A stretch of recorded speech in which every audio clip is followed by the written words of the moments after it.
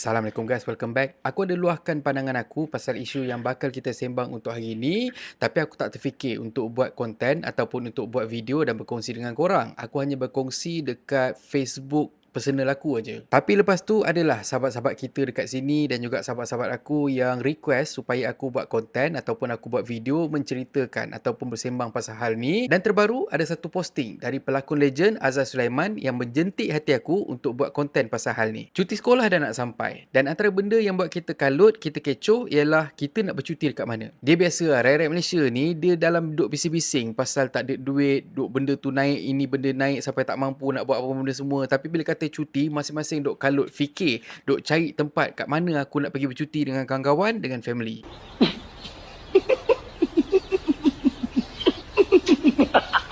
Dia sebenarnya bukan apa. Walaupun kita ni mungkin memang tak cukup duit, tapi dalam hati ni, kita tetap juga terasa nak menggembirakan hati family kita. Sebagai contohlah suami, tak ada apa lagi bernilai daripada manisnya senyuman yang kita dapat tengok terukir di wajah isteri kita dan juga anak-anak kita bila kata kita bawa diorang pergi jalan-jalan.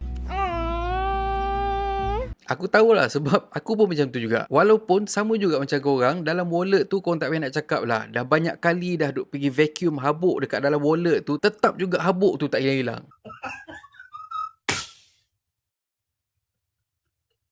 Cumanya dekat dalam isu ni, antara fokus yang paling famous ialah kita nak pergi bercuti dekat Langkawi ataupun tak. Ramai yang meluahkan perasaan dan juga pandangan dorang yang dorang seboleh-bolehnya memang tak nak pergi bercuti dekat Langkawi tu, dan perkara ni ditambah lagi dengan luahan kekecewaan dari para peniaga dekat Langkawi sana tu, yang mana masing-masing duk kata job ataupun income semakin surut sebabnya para pelancong tak pilih Langkawi sebagai destinasi diorang. Bila kata dekat internet tu, ramai duk cakap kata, oh I tak nak lah pergi kat Langkawi dan semua kan. Dan juga dengan luahan daripada para peniaga ni, maksudnya memang sangat-sangat konsisten. Dan ini antara artikel yang aku baca dekat portal.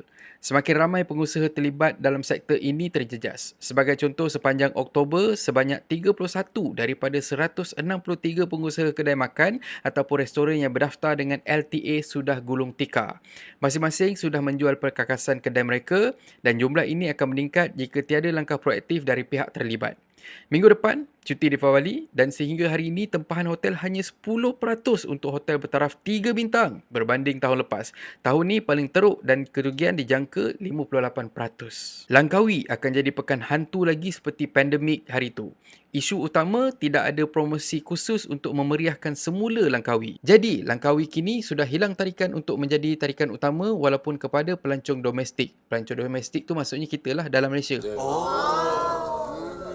Untuk aku yang lahir tahun 80-an ni memang mengejutkan lah. Sebabnya Langkawi ni memang salah satu destinasi utama. Tak kisah sama ada pelancong dalam negeri ataupun luar negara. Tambah-tambah pula bila kata sampai musim cuti sekolah. Lagi pula bila kata kita ada event. Contohnya macam Lima, Litu di Langkawi dan sebagainya. Makanya lagi bertambah ikonik pula Langkawi ni. Tapi dalam perspektif yang lain, aku tak terkejut pun. Sebabnya aku dah beberapa kali dah pergi ke Langkawi tu dalam masa beberapa tahun ni. Sebabnya aku banyak kerja dekat sana.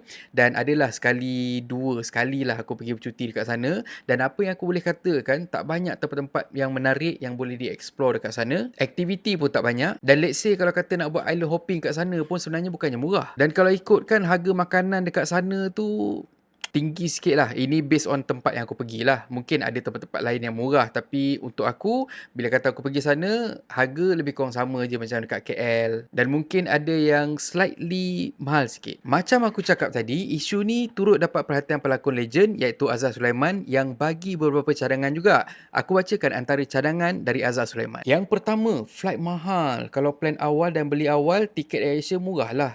Ferry operator mungkin boleh reduce sikit harga tambang untuk membawa kereta sendiri dari tanah besar. Dan ikutkan aku punya pengalaman bila kata aku pergi sana, aku pergi sana lebih kurang dalam post pandemik lah lebih kurang. Jujur aku cakap, aku bukan nak merendahkan, tapi ini berdasarkan pengalaman peribadi aku sendiri. Servis bila kata naik ferry tu kurang memuaskan. Dan pada aku, boleh lagi ditambah baik. Dia contohnya macam dia punya staff tu ada macam acuh tak acuh bila kata kita tengah beratur nak pergi masuk ke ferry, something macam tu lah lebih kurang. Dia satunya lagi, waktu tu kita dah lah penat, kita kena menunggu ferry yang semua kan. Jadinya kita harapkan lah, at least kalau kata kita korang dah sampai tu, korang bagi senyuman manis ambience ke apa semua ke, kita sejuk lah hati sebabnya kita dah tunggu lama. Yang ketiga, sewa kereta dan motor mungkin boleh turunkan harga rental per day sikit. Cable car, outdoor sports and excursion, operators boleh turunkan harga tiket dan package mereka.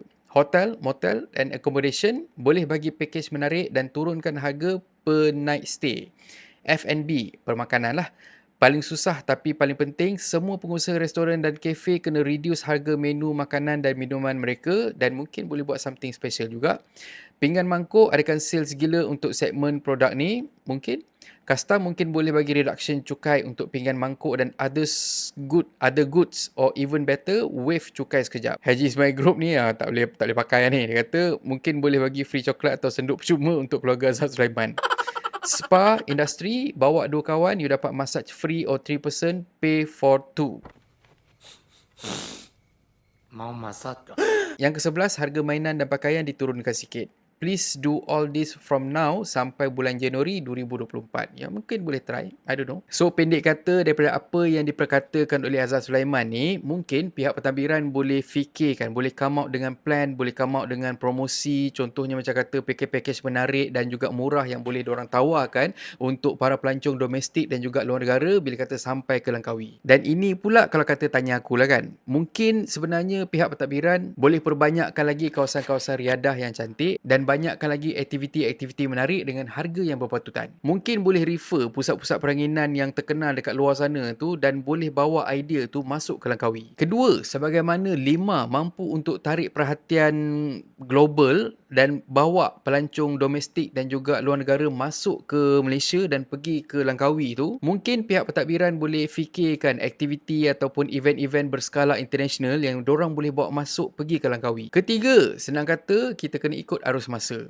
Orang zaman sekarang ni kalau kata dorang pergi bercuti, dorang nak ambil gambar cantik-cantik, dorang nak buat konten bila kata dorang pergi ke mana-mana tempat yang dorang bercuti. Makanya pihak pentadbiran mungkin boleh pandang dari sudut ataupun perspektif ni dan juga hasilkan promosi, mungkin sediakan tempat ataupun apa-apa saja benda-benda yang menarik yang boleh tarik perhatian pelancong untuk pergi ke sana, ambil gambar, buat konten dan juga itu salah satu promosi percuma juga sebenarnya. I mean come on, siapa yang nak ambil gambar kalau kata tempat tu macam biasa-biasa je, betul tak? Betul tu.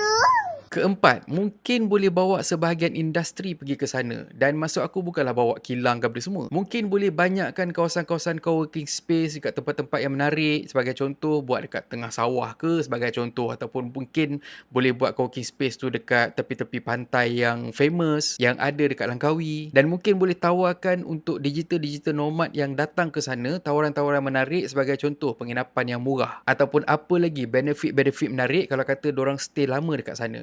Zaman sekarang ni, content creator makin ramai, digital entrepreneur, usahawan digital ataupun mereka yang bekerja secara online makin lama makin ramai. Makanya, diorang tak kisah kalau kata nak bekerja dekat mana pun, asalkan memudahkan dan juga memurahkan urusan diorang. Dan yang bagusnya, sebagai contoh content creator, diorang akan sentiasa update aktiviti-aktiviti diorang dekat sana. Makanya ini sekali lagi boleh jadi promosi yang terbaik untuk Pulau Langkawi dan ada sebahagian kereta ni ada beratus ribu subscribers, mungkin berjuta subscribers. Makanya benda-benda ni semua akan meletakkan nama Langkawi dekat peta dunia. Dan secara peribadinya, kalau tanya aku lagi prefer untuk pergi melancong ataupun pergi bercuti dekat Hat Nyai berbanding dengan Langkawi.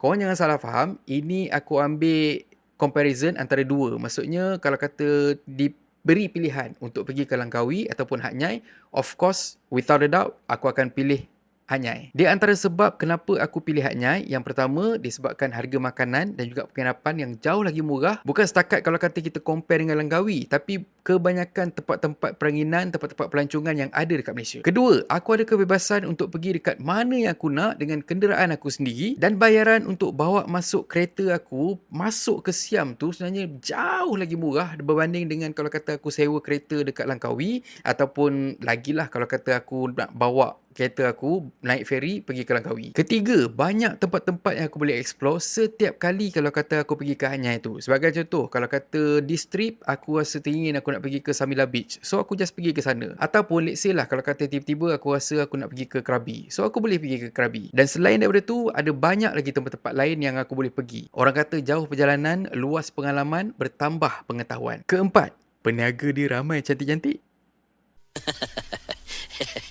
Cumanya jangan salah faham. Jangan duk cakap kata aku lagi suka untuk bercuti dekat luar negara. Luar negara ni pada hadnya je kan. Berbanding dengan bercuti dekat dalam negara. Sedangkan tempat yang paling banyak aku bercuti sebenarnya dekat Melaka dan juga Penang. Kalau korang tengok TikTok aku memang penuh review Melaka, Penang. Jadinya itulah antara cadangan-cadangan Azhar Sulaiman dan juga adalah sekelumit cadangan-cadangan daripada aku, dan aku harapkan pihak pentadbir Langkawi dapat tengok video aku ni, dan kalau kata perlukan kerjasama, boleh je email ataupun DM aku. Saya sedia buat promosi berbayar.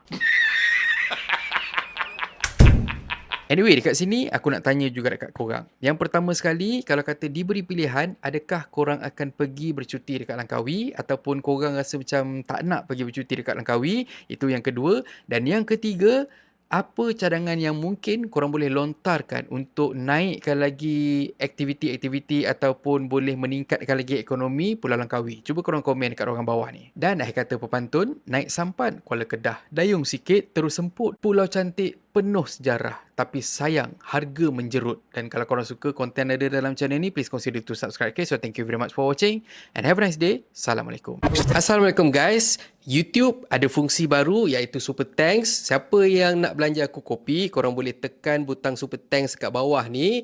Korang belanja aku RM6 je. Anyway, terima kasih sangat-sangat untuk sokongan korang. Assalamualaikum. Kemarin yang mau, sini bang,